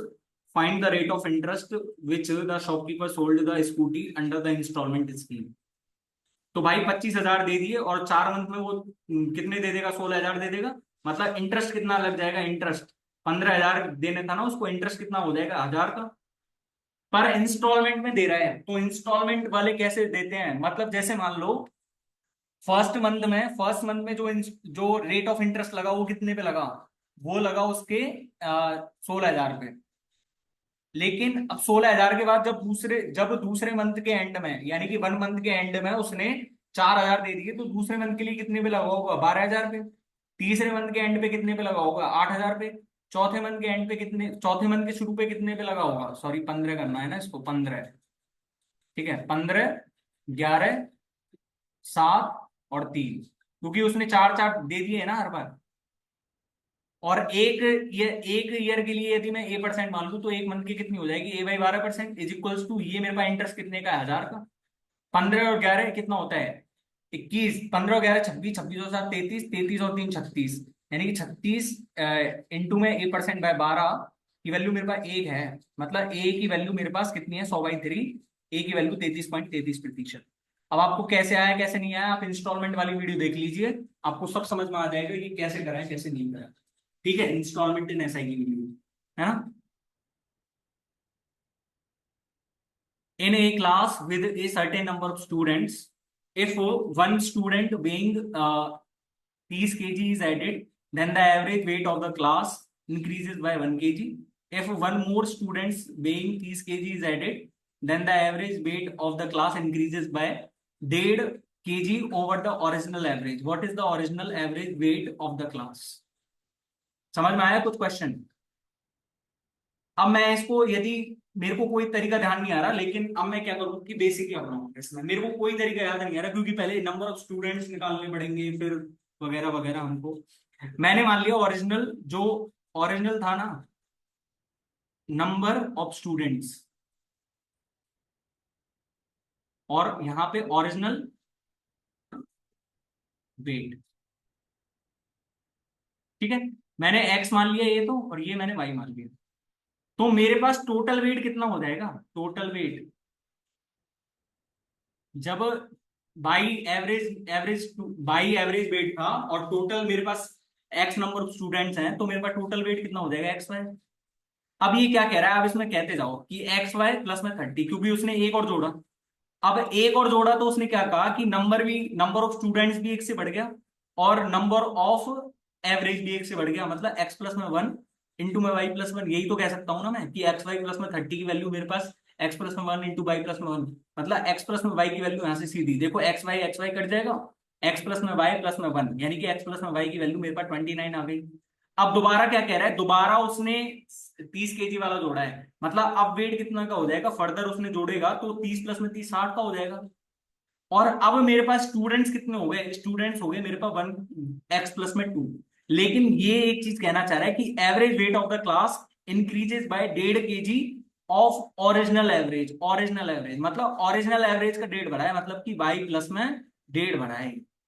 ठीक है, तो ऐसे ही फिर से करेंगे तो एक्स वाई से एक्स वाई कट जाएगा, मतलब 60 की वैल्यू मेरे पास कितनी आ जाएगी? एक्स प्लस में वाई प्लस में 3, सॉरी एक्स प्लस में 1.5 y, 1.5 x प्लस में 60 बराबर 1.5 x प्लस में 2y प्लस में 3। तो मतलब 57 की वैल्यू मेरे पास कितनी आ गई? 1.5 x प्लस में 2y। ठीक है, अब यहां से हम करें तो यहां से देखो 2x प्लस में 2y की वैल्यू मेरे पास 58 आ जाएगी। मतलब यहां से यदि मैं दोनों इक्वेशन को करूं सबट्रैक्ट, तो 0.5x की वैल्यू मेरे पास कितनी आ जाएगी? यहां से 1, यानी कि x की वैल्यू तो मेरे पास आ गई 2। जब x की वैल्यू 2 आ गई तो y की वैल्यू कितनी आ जाएगी मेरे पास? 27। ठीक है, जिसको नहीं पता तो वो एवरेज ढंग से पढ़ ले, और एवरेज ढंग से पढ़ेगा तो सीधा सीधा क्वेश्चन आ जाएगा। आप यही तरीका अपना लीजिए, फालतू में झंझट में क्यों ही पढ़ना है। ठीक है, मेरे पास यहाँ पे क्वेश्चन है, और भाई बहुत अच्छा क्वेश्चन है, बहुत तगड़ा क्वेश्चन है ये। ठीक है, two circles with centres M and N having radii 5 centimetre and 8 centimetre respectively, the circles touch each other externally at point T. मतलब मेरे पास यहाँ पे एक तो 5 सेंटीमीटर रेडियस है कोई, और एक मेरे पास 8 सेंटीमीटर रेडियस का कोई सर्कल है, और वो टी पॉइंट पे क्या कर रहे हैं? टी पॉइंट पे एक दूसरे को टच कर रहे हैं एक्सटर्नली। ठीक है, अब मेरे से क्या कहना चाह रहा है ये? आराम से चित्र को बनाया करो। A line P R is drawn such that the points M T and N lie on the P R, P being closer to M. मतलब कि यहाँ पे यदि मैं एम मान लू इसको, और ये इसका सेंटर हो जाएगा, फिर इसका एन हो जाएगा। ठीक है, तो ये पी आर पे लाई करते हैं। A tangent P Q is equal to 12 centimetre is drawn to circle P Q. Sir P Q कोई टेंजेंट ड्रॉन करिए, तो मेरे को एक चीज बताइए, जो क्यू पे टच कर रहा है, एम सेंटर वाले सर्कल को क्यू पे टच कर रहा है, मतलब पी से बाहर ही रहा होगा। मतलब पी सरकमफेरेंस पे तो नहीं है, पी सरकमफेरेंस पे तो नहीं है, पी से बाहर ही रहा होगा। मतलब मैं यहां से क्या कह सकता हूं कि ये पी पॉइंट मैंने ऐसे मान लिया, तो पी को मैंने ऐसे आगे बढ़ाया, पी आर। पी आर बनाने के लिए मैं इसको आगे बढ़ा रहा हूँ। ठीक है, पी, और पी से क्यू मैंने ये टेंजेंट डाली, तो ये टेंजेंट मेरे पास कितनी रही? ये मेरे पास 12 सेंटीमीटर रही।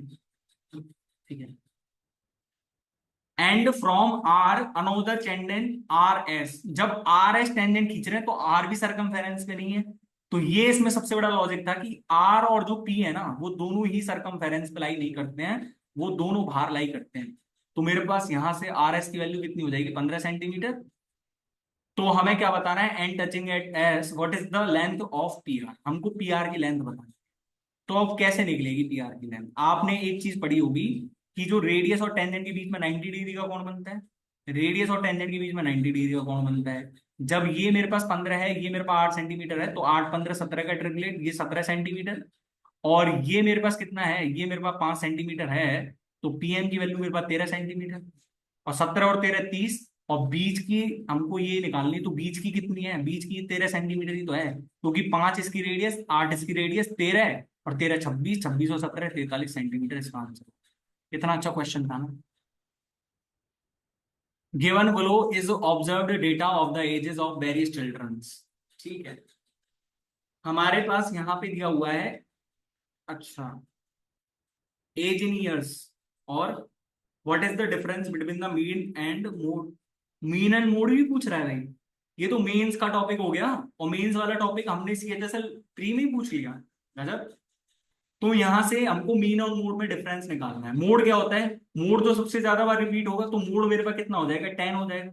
ये तो मेरे पास सीधा सीधा ही दिख रहा होगा ना मोड, क्योंकि नंबर ऑफ स्टूडेंट्स यहाँ पे तो सबसे ज्यादा है, 20 स्टूडेंट्स हैं, फ्रीक्वेंसी सबसे ज्यादा इसकी तो है, तो यहाँ पे तो मोड तो सीधा सीधा दिख गया हमको 10। ठीक है, अब मीन निकालना है, तो मीन कैसे निकलेगा, मीन कैसे निकलेगा। मान लिया मैंने मीन को 8 मान लिया, 8, तो यहाँ पे कितने का डेविएशन आ रहा है, यहाँ पे 0 का डेविएशन, यहाँ पे -1 का, यहाँ पे -2 का, यहाँ पे +1 का, और यहाँ पे +2 का। ठीक है, तो -2 -16 का डेविएशन है ना, और यहाँ पे मेरे पास कितने का डेविएशन, माइनस में 3 का डेविएशन। ठीक है, और यहाँ पे मेरे पास कितने का डेविएशन आ जाएगा, 0 का है यहाँ तो, और यहाँ पे 2 का डेविएशन है ना, और यहाँ पे -2, यानी कि सॉरी +2 +40 का, तो 40 और 2 42, 42, और ये कितना हो जाएगा, 42 माइनस में 19, 42 -19 कितना हो जाएगा मेरे पास, बताओ। 42 - 19 होता है 23। ठीक है, और 23 को बराबर बराबर मार दो, 8 3 11, 11 और 7 18, 18 और 2 20, और 20 40, 8 माइनस में 23/40, मतलब 8 माइनस, ये कितना हो जाएगा मेरे पास, 0.575, मतलब कि, हाँ, तो 8 माइनस में 0.5 करेंगे, तो मतलब 8 माइनस में 0.575, मतलब कि ये मेरे पास कितना हो जाएगा, 8.425, सॉरी 7.425, 7.425। ठीक है, 7.425 ये है, और मेरे पास ये कितना आ रहा था, 10 आ रहा था, कहीं ना कहीं तो गड़बड़ी हुई है। अच्छा, ये मेरे पास प्लस का है, प्लस का है, प्लस का है होएगा, तो ये 8.575 आएगा, क्योंकि डेविएशन प्लस का आ रहा है। भाई आप ऐसे निकालोगे ना, 6 48, 7 7 21, 8 7 56, इसको ऐड करोगे, फिर इसका भाग दोगे, इससे अच्छा मैंने सीधा 8 को मैंने वो मान लिया। आपको डेविएशन पढ़ना है, एवरेज में डेविएशन, तो वो भी हमने वीडियो डाली हुई है, आप जाके देख सकते हो। तो मेरे पास यहाँ से कितना आ जाएगा, 10 माइनस में 8.575, इसका आंसर ये सीधा सीधा आ गया। ठीक है, और ये भी रिपीटेड क्वेश्चंस में ही आ गया, दिखता है रिपीटेड गया है ये भी भाई, पहले कर लिया था इंक्लूड। ठीक है, तो भाई थैंक्स फॉर वॉचिंग। यदि नेक्स्ट पार्ट देखना है, आपको अच्छा लगा हो, तो वीडियो को लाइक करना और चैनल को सब्सक्राइब करना बिल्कुल मत भूलिएगा। ये पार्ट फर्स्ट था, पार्ट सेकंड भी जल्द से जल्द अपलोड करा जाएगा। ठीक है, और यदि जो जो वीडियोस मैंने बोली हैं आपसे कि इंस्टॉलमेंट इन ऐसा है, जो जो भी हमने सारी वीडियोस करवा रखी है अपने चैनल पे, सबका लिंक आपको डिस्क्रिप्शन बॉक्स में मिल जाएगा। थैंक यू सो मच, मिलते हैं नेक्स्ट वीडियो में, तब तक के लिए बाय। देखो नेक्स्ट क्वेश्चन भी इसी शीट में है, यदि मैं दिखाऊं तो पार्ट 2 के लिए देखो शीट्स भी तैयार है, लेकिन आपके सामने रखी जाएंगी अगली क्लास में। ठीक है, तो ठीक है, मिलते हैं नेक्स्ट वीडियो में, और कुछ नहीं।